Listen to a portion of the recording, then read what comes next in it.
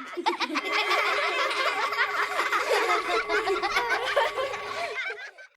everybody. This is Ursula on the Ascension Playground.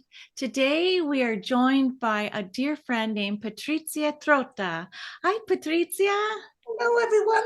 Yay! Patrizia's landing in from Italy, northern Italy, and I'm calling in from California. So between the flooding that we've got here and the fun things happening in the north of Italy, we thought we'd come together to share a very special flavor to astrology, and that is looking at what's called Draconic Astrology, to go back to the ancient wisdom of the dragon energy. This is the creator beings. And so when Julia Balaz and I welcome Patrizia, who's a certified quantum soul practitioner, guidance practitioner now, giving readings about the galactic, and you have a PhD already in astrology, you're a researcher, a writer. So when you said, oh, I can talk about Draconic, I was like, yes, tell us more. Looking forward to it. It's a wonderful, wonderful opportunity. It is simple. It is a very simple discipline to learn and add to one's own astrological practice, or just for fun, just for yourself, for family. Now, how did you find out about, what's your story about how did you come along to Draconic? Do you remember that? It's a long time ago. I was young and I was living in the UK the first time, because I went back and forth more than once. I can only remember when I wanted to do it, shall we say, more officially.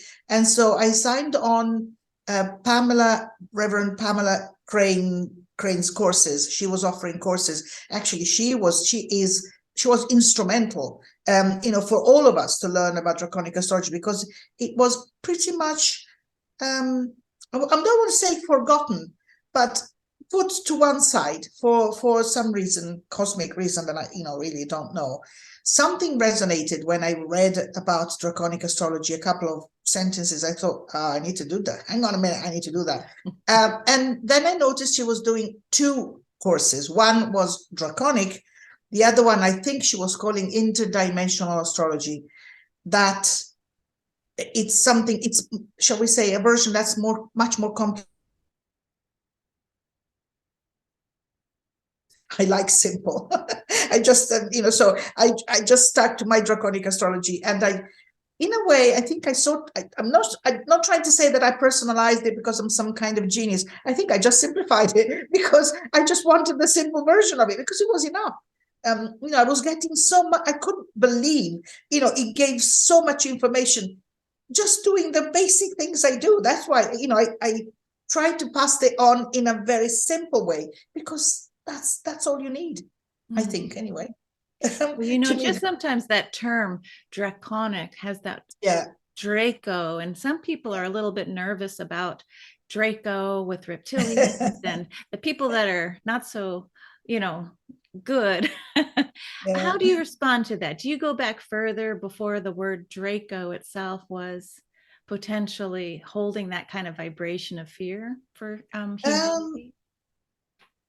I never registered the connection. If there is a connection, which there must be because of the Latin name, and then again, I've got a strong connection to Draco anyway.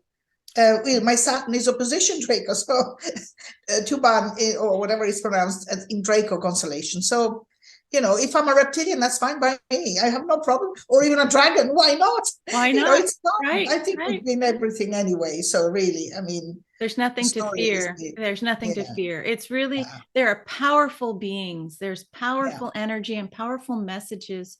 If you decide to look up your own Draconic Astrology, so we've created a little slideshow, and our chat today is to talk about Draconic Astrology and then to bring in an example. And I just said, hey, Patrizia, why don't we look at the USA Sibley chart to look at the regular natal chart for the United States, and then look at it from a Draconic perspective. And this idea, only because the USA is going through its Pluto return, this identity crisis, a lot's happening here in the United States, but it's resonating energy is going out around the world. And we chatted a little bit earlier before we started videotaping this idea that perhaps there were star beings that helped us write and develop this idea of democracy, of setting this idea of freedom for all, equality. How do you weigh in with that, Patrizia, as far as the United States? My feeling about the States is, and then again, as we'll see in a minute, but by looking at the charts, it's for a long time, it's been a big mother that never minded its own business, for its own good, and sometimes for the opposite, because it didn't have much to gain anyway. It's been well, at the time anyway, long decades ago, it's been policing the world too much and taking on a lot of hassle, which hardly needed, but the world needed it. To me, the states will always, and I'm saying always, equal freedom. I just want to look at the charts because it's important that we need.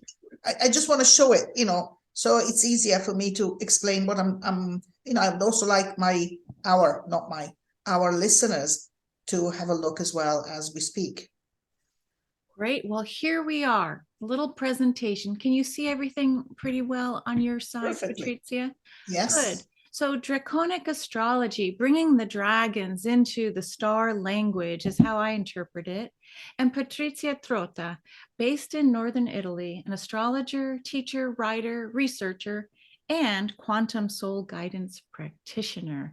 Kind of cool to have all that. And by the way, a PhD. So well, I'm a galactic ambassador. I like it. Patrizia, there's a connection that you talked about with Draconic Astrology and the beautiful work of Edgar Cayce. Many of us know him as the sleeping prophet, where he would put himself in a type of sleep and be able to be asked questions about people and their soul lifetimes and channel information. I put up 2 of his books, Astrology for the Soul and Secrets of Astrology, but the Cayce books, there's a Cayce Foundation. It's huge. But are you saying that Cayce had this connection to Draconic Astrology? The reason why I'm saying that is because at the time, decades ago, when I studied the Draconic Astrology, Pamela Crane was insistent on this thing. Clearly, she had done a lot of research, so she was adamant. I mean, she was very, very sure. Unfortunately, if I was ever given more sources, I don't remember, but I don't, because usually got excellent memory. I would remember if she had, shall we say, provided more information on where that came from. But she insisted that research had been done, and in his own readings, it became very clear that he was using, when discussing people's charts, actually the draconic information and not the tropical. That's a big piece of information. And I can see where Pamela Crane would focus in on that, because we really regard Cayce's work, because it was 99.9% accurate. And the only time there wasn't inaccuracy involved twins or something like that. So, okay, well, let's get right into the chart, the draconic chart. So for the United States of America, let me forward this. Here we go. Here's the United States of America that you created the chart for our birthday using what's called Sibley, 4th of July, 1776, the evening of 5:10 p.m. in Philadelphia, Pennsylvania. So this is the moment of birth for the United States and its Declaration of Independence. So Patrizia, why don't I turn it over to you now? And this is a regular natal chart. This is not draconic yet, but we're going to compare it with a draconic chart. The reason why most astrologers use this chart when discussing the states is because it's been time and again proven to be effective. Also, for example, on that awful 9/11 day, yes, 9/11 day, Pluto was actually transiting the ascendant of this chart. And Saturn was on the descendant. I mean, this is the chart. This chart definitely resonates with the states, so that's why we're using it tonight. Well, for me, it's night. Sorry, I know with you it's morning. To me, it's night. But anyway, and let's not forget that this chart represents independence, because that's why, I mean, it was drawn. This is the chart of when the Declaration of Independence took place. So look at that Uranus. I mean, whatever is angular, as far as I'm concerned, draws immediately my attention. And Uranus or Uranus, depending on how you want to pronounce it, is exactly on the descendant. So I don't really mind which angle. I'm just saying that anything, as far as I'm concerned, anything that's angular, is going to be important in this case in a state's destiny. So it has always been, shall we say, the main mission of the United States was to remind all of us how important freedom and independence are. And look at that, Mars, also angular, very close to the descendant. Yes, right here. Sometimes, unfortunately, that Mars, shall we say, it's been used to wage war more often than it should have done. Excuse me. But that's because it is angular. Again, as far as I'm, shall we say, it was part, not necessarily of its destiny, but it was part of the potential that the United States of America had of using its God-given talents. I love what I'm seeing, the Venus conjunct Jupiter in the 7th house, and the Jupiter conjunct the Sun, all in Cancer. I mean, how appropriate. To me, I mean, again, yes, as we were discussing before we started, yes, the States is the big mother. The world needed a big mother.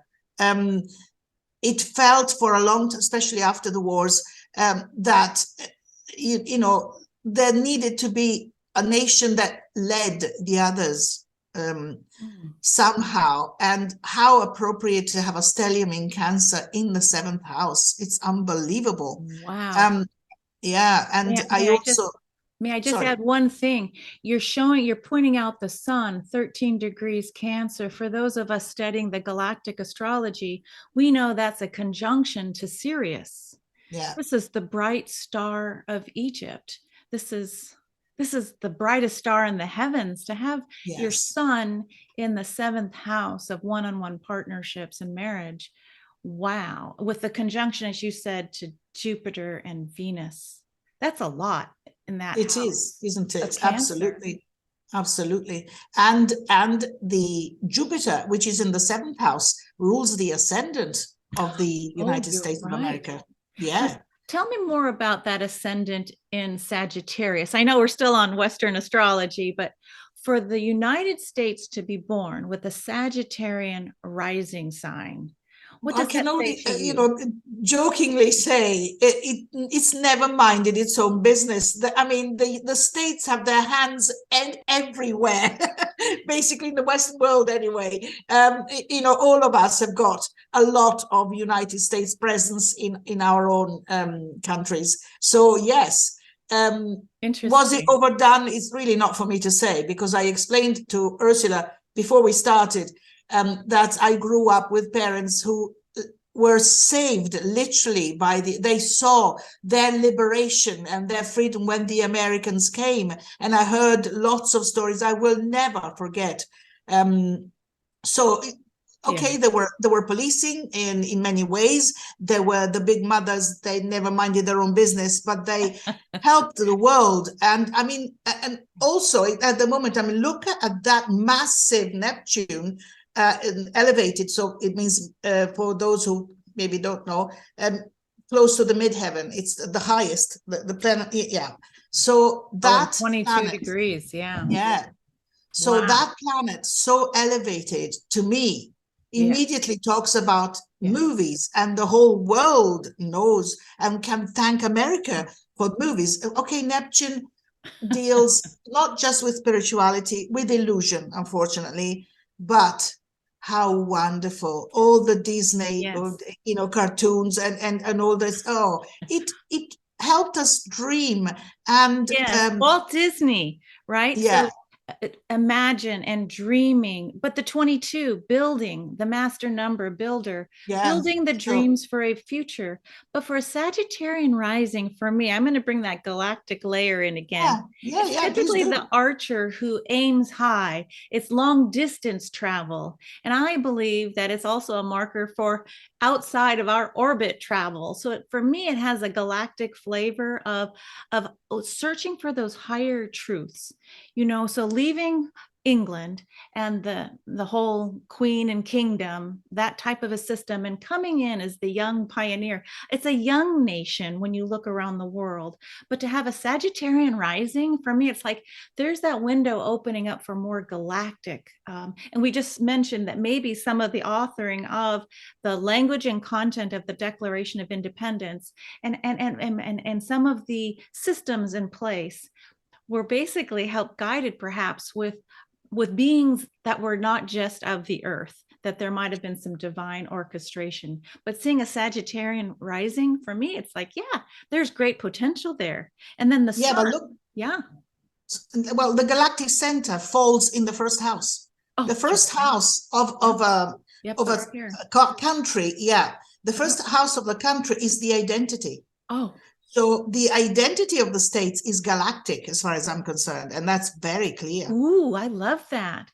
Yeah, to And me, then it's look at very the clear. moon. We didn't even talk about this Aquarian Yeah, moon, right? So yeah. do you want to make a comment on that? And then we'll get to the draconic chart. Yeah, the only thing I want, well, let's not forget that Pluto is in the second house of institutions, of money. It's in Capricorn, so it rules top-down institutions. That's been receiving, shall we say, its return after about 250 years. So we will see a lot of changes in terms of institutions, money, finance, and what affects America, whether we like it or whether we don't, affects the world. So as far as we all know, consumerism and the materialistic drive that's been, shall we say, bringing the whole world forward is going to change. We are not going to be as materialistic as that we used to be, and that's going to change big time. And this moon and the South Node in Aquarius, anyway, is I want to focus on that for a moment, and then, if you don't mind, just move on to the Aquarius. The Draconic reversion of America's chart, because that's going to be interesting. Let's remember the moon in Aquarius, and the air element, because this is going to become very interesting.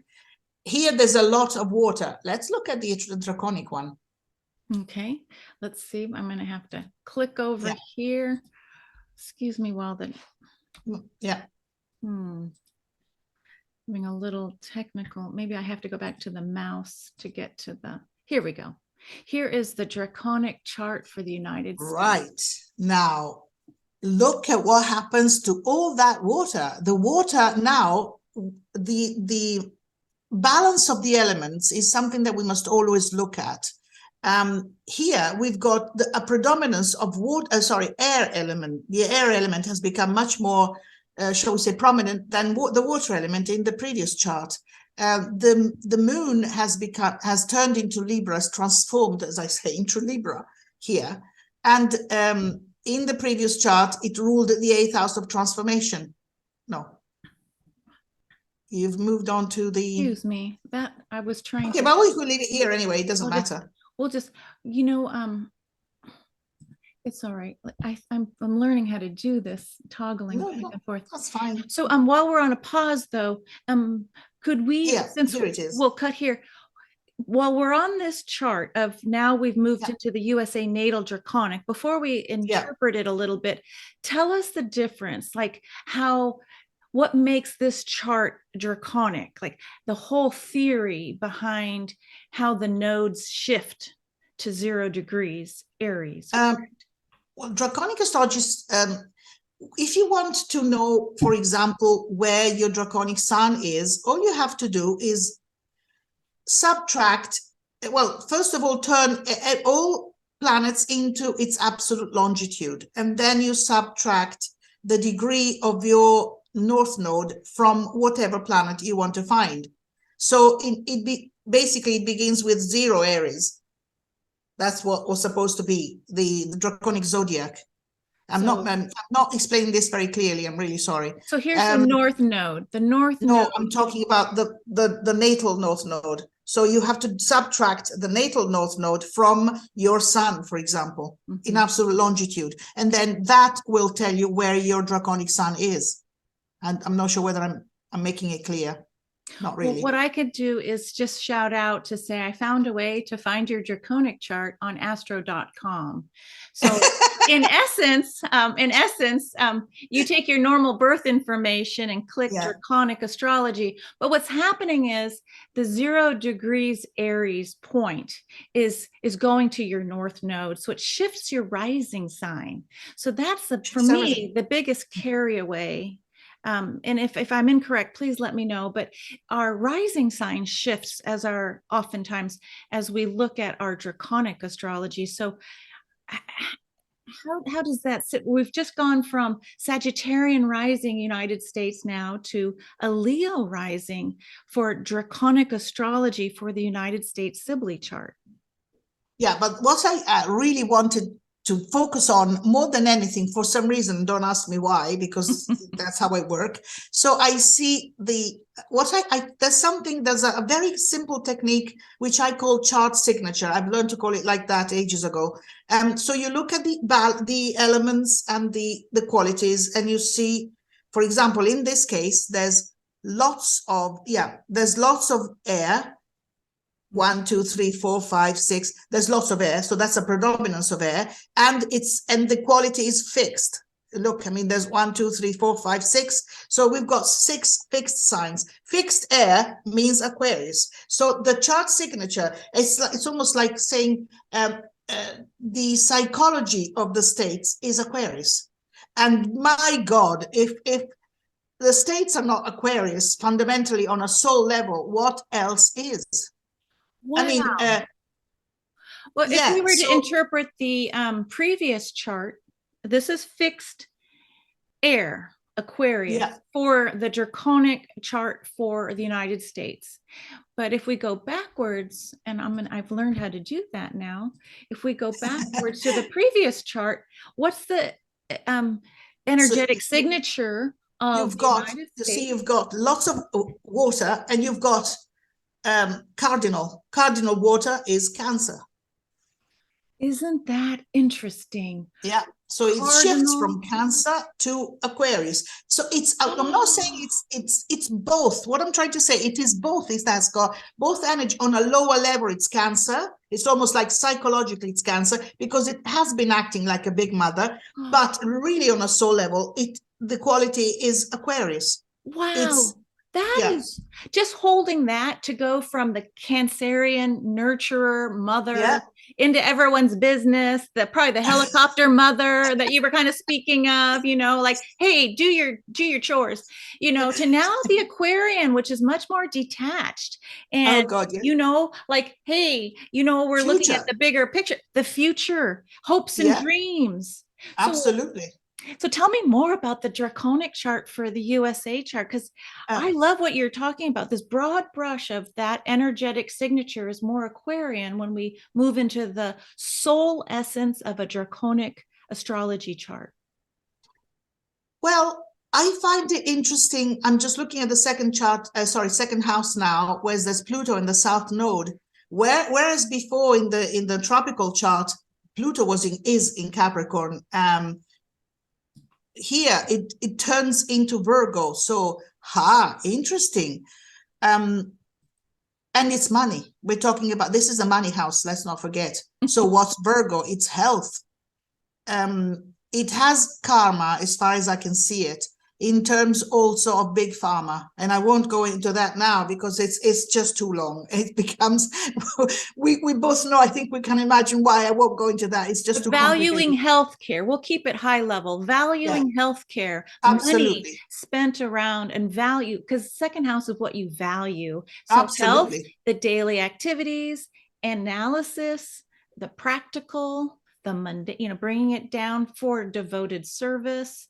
But with Pluto, adding that in Virgo, interesting. So we've moved to an Aquarian kind of soul for the And United States. Pluto is opposition, sorry, interrupting. Okay. Pluto is opposition Mercury, which is now in Pisces. So talk about a very, very profoundly psychic. I mean, how many wonderful psychics have helped the whole world know more about metaphysics, etc., thanks to their own writing coming from the States? How many? I mean, how many have influenced me? The most of them. So yeah, so we've got a huge debt. I mean, I got huge debt to the States there as well, because they have helped the world also with, and I'm talking about spiritual evolution, or call it what you will.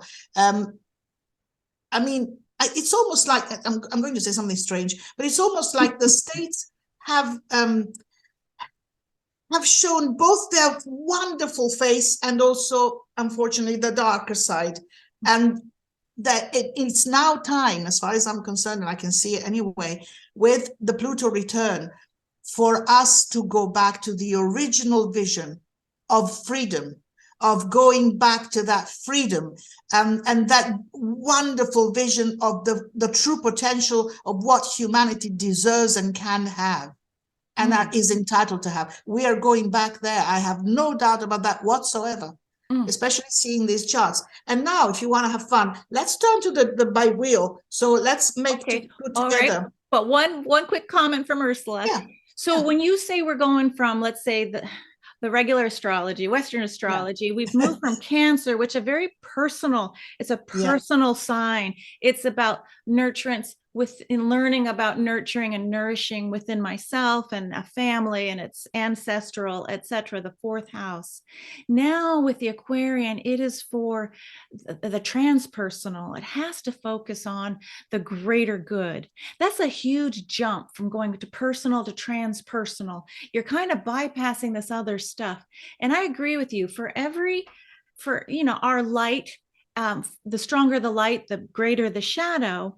But when you look at the United States as far as a world entity and its lifespan, we are still in our adolescence. But this idea of calling out our soul as an elder, this is Aquarian. And let's see, where's Uranus in all of this? Well, it's Aquarius. It's on the descendant in Aquarius. Oh, there you go. Yeah, you're right. The way I read this, if I can just say this for a moment, the way I read this is that, again, it's all about the potential of the States. And I'm talking about the good potential now, the wonderful, awesome. This is also when the age of Aquarius is destined, not necessarily to begin, but to shine and become more evident on the world stage, thanks to the States. Wow. For what we've just seen on the draconic, shall we say, picture. So here, let's, for a moment, the first thing that I'm looking at here, that I'm seeing, is Chiron on the ascendant. This confirms what I've just said, sorry. Chiron, draconic Chiron on the States ascendant. Oh God, or the 13 number, 13 degrees of Sagittarius. That's a feminine number, the 13. So my goodness. There is, my strong feeling is that wherever the States may have caused, and they certainly have caused, shall we say, pain and etc. to others, they are exactly the same who will present the world with the solution and with the healing solution. I've always had a strong feeling about that. even during the COVID times, which were certainly not easy. But I'm seeing that, and this confirms for me that, and also Draconic moon is conjunct Saturn. So the Draconic moon, again, the role of the mothering role from the cosmos almost, because it was appointed from higher beings to be a mother. And that's the way I feel it. The states, I'm saying, the states had that role for a very good reason. Now look at that coming on to the natal Saturn.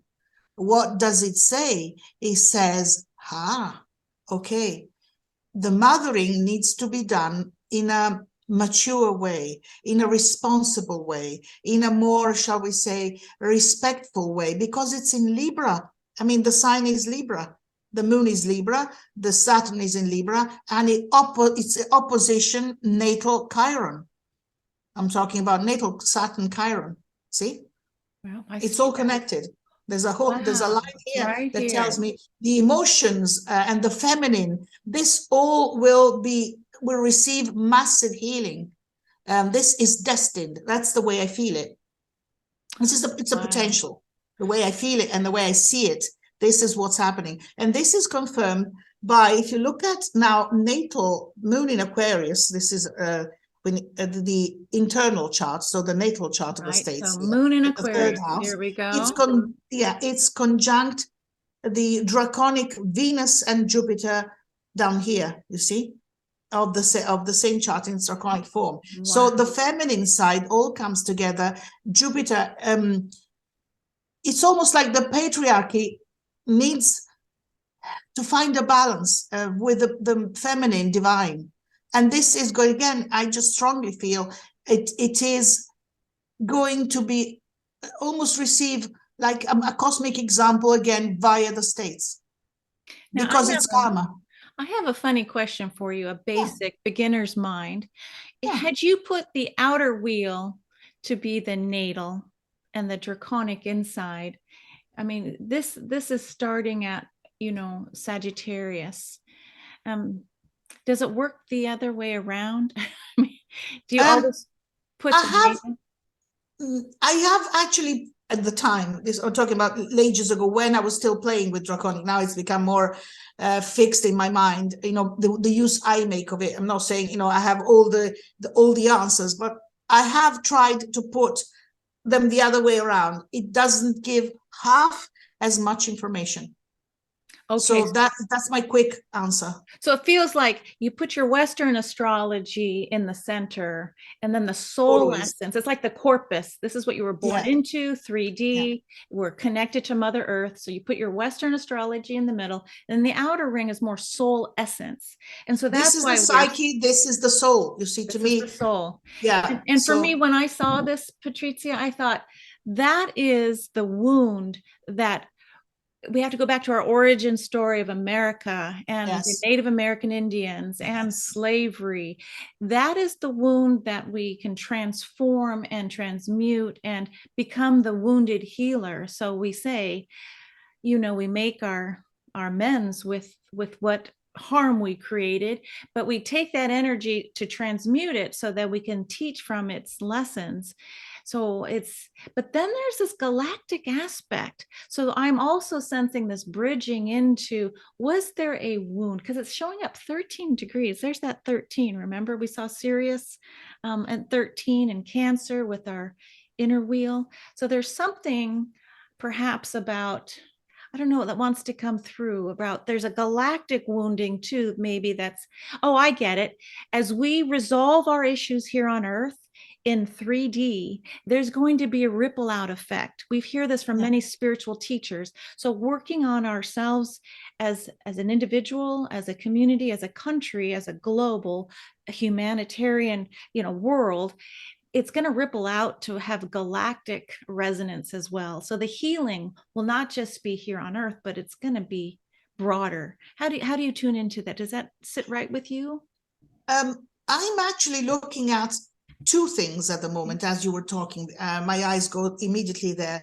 Look at that Saturn, Draconic Saturn on the descendant, exactly conjunct a natal Uranus. Wow. So again, it's almost, the Uranus I'm looking at the moment, I'm feeling at the moment, we're not just looking at technology. It's again the freedom. It's again the unlimited, shall we say, I feel unlimited. I feel Saturn here is not acting, the draconic Saturn is not acting as the usual Saturn, the dampens and everything and restricts. No, it's exactly it structures the soul to use technology in the best possible way to awaken humanity. And I feel we will certainly see in the next few years, we will have this news between now and the end of this decade. The world will change as much as it has changed in the past 30 years. It will change in exactly the same degree, but in 10 years. Into 2025, we will look back and we will think, what?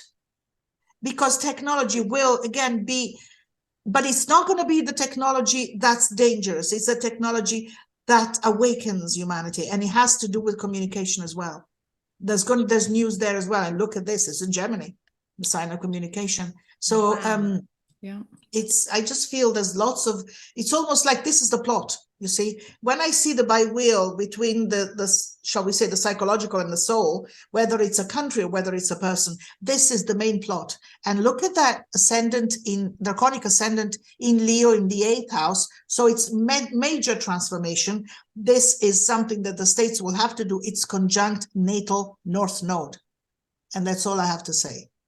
The identity of the states is going to change dramatically. Completely being revolutionized. It's the 8th house. So no kidding here. Well, that makes sense with the Pluto return, right? Yeah. So it's up for reinvention. So there's this idea that we can move towards fear of change, or we can anticipate that which we know will help build a better world. And what's coming up to me, going back to Edgar Cayce, is this idea of so many are reincarnating who've had a lifetime in Atlantis. Yeah, I was going to say, this return, right? To see, can we do it different? Can we do it better, different? And we're back. But look up here. Look at the draconic Pluto up here near the midheaven, and conjunct natal Neptune. What? Oh, exactly. Look at that. Exactly. So, the spirituality is so strong. The complete reawakening. I just want to say this decade, again, I don't want to go on and harp on about it, but this is the most important decade. We alive on the planet now, we will have ever lived because of what's going to happen in this decade. And the spirituality, the awakening of humanity, the planetary awakening, you call it what you will. Some people call it pandemic. I call it awakening. But it's the same thing. Fantastic. Wow. Okay, well, we didn't think we were going to have time for this next chart. But if there's anything you want to discuss briefly around the transits for the United States, we're looking at the natal wheel and then the outer wheel. And we created this chart the very last day of 2022. So now we're not draconic anymore. We're back to just mundane here. No, this is the draconic transits. Oh, these are not normal transits. Excuse me. Okay, well then let's take a look at those. How does this shift? Oh, look at this pile up. Exactly. I was just going to say, oh my God. Yeah. What does that mean, Patrizia? Well, what I like, what I'm seeing is all three.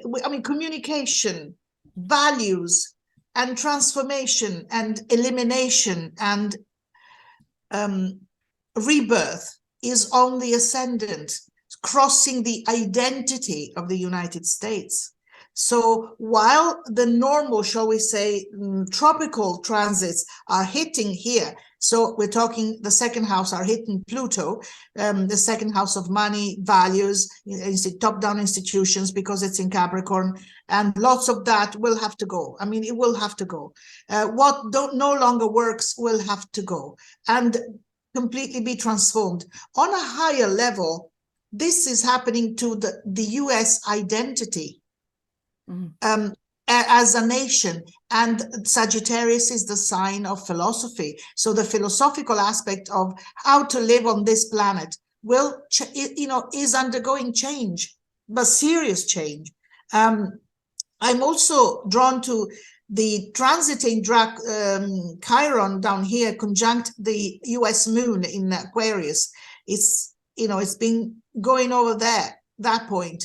And again, the moon here rules the 8th house of the United States, of transformation, of elimination. So, the key word is eliminating, restructuring, it's everywhere you look. I mean, it's almost shedding, since we're with the snakes and the dragons. How about shedding the skin, or shedding the scales that no longer are needed? Yeah, but have a look at transiting Uranus down here and at the IC.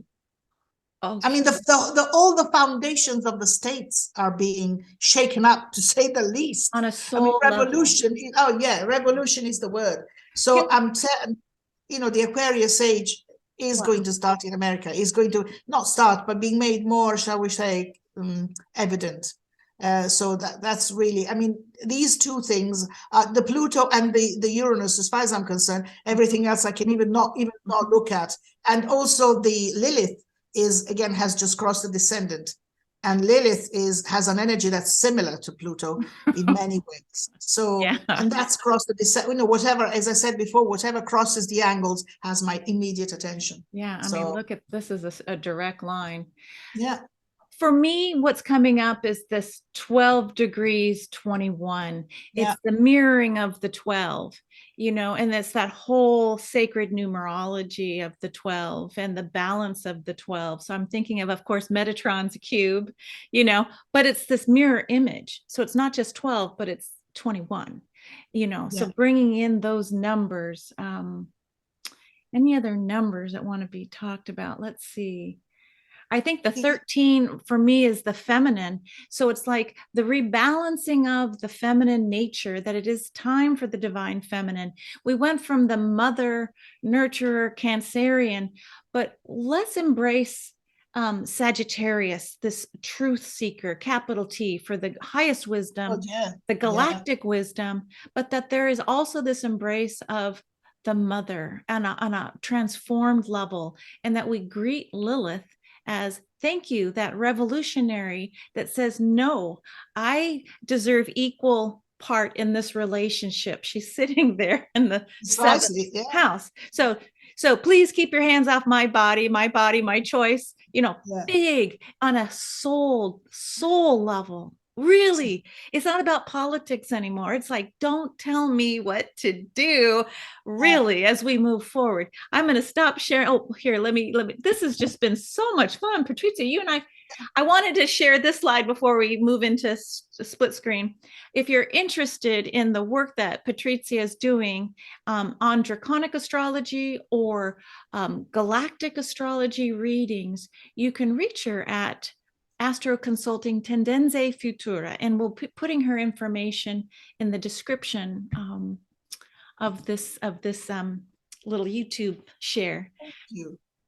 Take a deep breath. Let's see what else wants to come through as we kind of wrap in this draconic soul level with the Western mundane. So it's the corpus, the spirit into matter, the body with earth, connected to Mother Earth, with the soul, Draco. There's something else I just want, can I just say? Yes. My feeling, because we discussed it before, with all the Cancer stellium on this US chart, which then turns all that Aquarian energy, to me, let's not forget that Aquarius in the traditional astrology is ruled by Saturn, not by Uranus. Saturn is the father, the moon is the mother. The states will have to fuse the energies. So all of us on a higher level, I'm now bringing this much higher for all of us on a psychological level as well. We are all learning to respect the divine feminine. No longer. So this is what's happening as well. So as I see all this evolution from the Cancer to the Aquarius and to, that strong Saturn aspect that, I pointed out before. Yeah, I mean, there's so much that it tells you, if you have eyes to see, that, when you start with Draconic, you go on 3 hours. And after 3 hours, you haven't stopped. And you think, dear God, I mean, and people look at the transits of midpoints. I have no time for that. Just give me astrology, give me Draconic. I'm fine with that. So, there is a lot. There's many levels. Let's put it, layers and levels. And the States has a lot. It's not going to be easy. Okay, I mean, let's not kid ourselves. This decade is just not easy. But it's we are here for that reason. The world needs us, and we need the world. We wanted the adventure. We are courageous. We are bold. Now go, girl. Go, all of us, because it's not coming back. And it's a wonderful opportunity to just have fun and embrace life. And the body. I mean, we want to go spiritual, go to the body. Nature and the body. Simple. Not difficult. Wow. And creative, and cook, and make your own bread, and smell the wood burning, and hear the birds chirping and all of that. This is all healing for the soul. But what's happening is so much bigger than concerns the earth. I think it goes even higher than galactic. And I don't have the words here. You're going to have to help me. I know. I just read, we've gone quantum, but beyond quantum is the multidimensional. Yeah. So when I think of quantum, it's this desire to ascend with our higher self. And when we reach that point of that merging of the higher self with our earthly self, that's the multidimensional of all time happening at once. But we don't know. So I would just say, if you're listening still to our little chat here with Patrizia and Ursula, fear not. It's on schedule. We agreed to show up to witness and be part of this shift of ages. And we can never go back. There's no, even if we tried, when we put our foot in the river, we can never put it again in the same place. It is a flow. And I love what you said about the galactic center, or the super, they'll bring it in the galactic center and the super galactic center into a chart to help see that you might as well just put your oars in, because you just got to go for the ride. It's why you signed up. But to be able to peek at your soul essence, so people can do a draconic astrology for themselves, for their loved ones. You can do it for your country if you want to find out when your country was, quote unquote, born, by its signing of papers, whatever's official. So you can look through the soul lens by looking at draconic astrology. And let's not forget synastry. Using draconic charts. Oh, that is just I do, have a look at that. That's very I'm going to have to invite you back, so we'll get a little taste test of synastry. Well, thank you, Patrizia. We're going to sign out. We appreciate you coming on the playground. Till next time, my friend. Thank you very much. Ciao, thank bella. You, ciao, bellissima. Bye.